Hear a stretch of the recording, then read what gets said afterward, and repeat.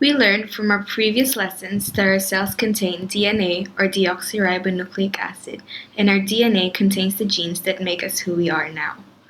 However, have you ever wondered how these DNA turn into proteins? The answer to our question is central dogma. Central dogma is the conversion of information from DNA to RNA and from RNA to protein. The first half of central dogma is the process called transcription. It is a process where DNA is converted to RNA. Transcription occurs in the nucleus of a cell, where DNA is located.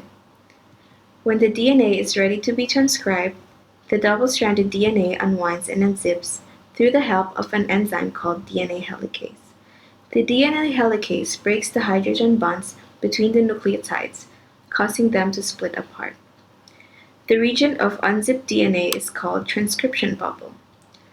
Then, an enzyme called RNA polymerase binds to a strand of DNA called the template strand and makes a complementary strand, or mRNA or messenger RNA. The mRNA is complementary to the DNA strand, where cytosine is paired with guanine, and instead of having thymine paired with adenine, it is then replaced by uracil. These RNA strands are joined together by a phosphodiester bond. The site in which the first RNA is transcribed is called the initiation site. Once the complementary strand is done, the mRNA strand then goes out of the nucleus into the cytoplasm and over to the ribosomes, where the second half of the central dogma occurs. The second half of the central dogma is called translation. It is a process where RNA is converted into proteins. During translation, the ribosome reads the mRNA 3 nucleotides at a time. These 3 nucleotides are called codons. Then the codons of mRNA are read by molecules, called tRNA or transfer RNA. The first codon to be read by tRNA is always AUG, which is why it's often referred to as the start codon. Each tRNA contains an anticodon. These anticodons are complementary to the codons. For example, the anticodon for the start codon AUG is UAC, which then corresponds to a specific amino acid. In this case, the amino acid is and will always be methionine. The amino acids are bonded by a bond called peptide bond.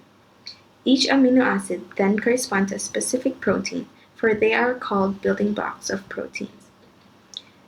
In order to determine the next amino acid, a codon chart would be used. Careful, the basis for determining the amino acid in a codon chart is the mRNA and not the tRNA. A while ago, we learned that the start codon is AUG. In relation to that, there is also a thing called a stop codon, and these correspond to UAA, UAG, and UGA of the mRNA strand. Stop codons do not code for a specific amino acid.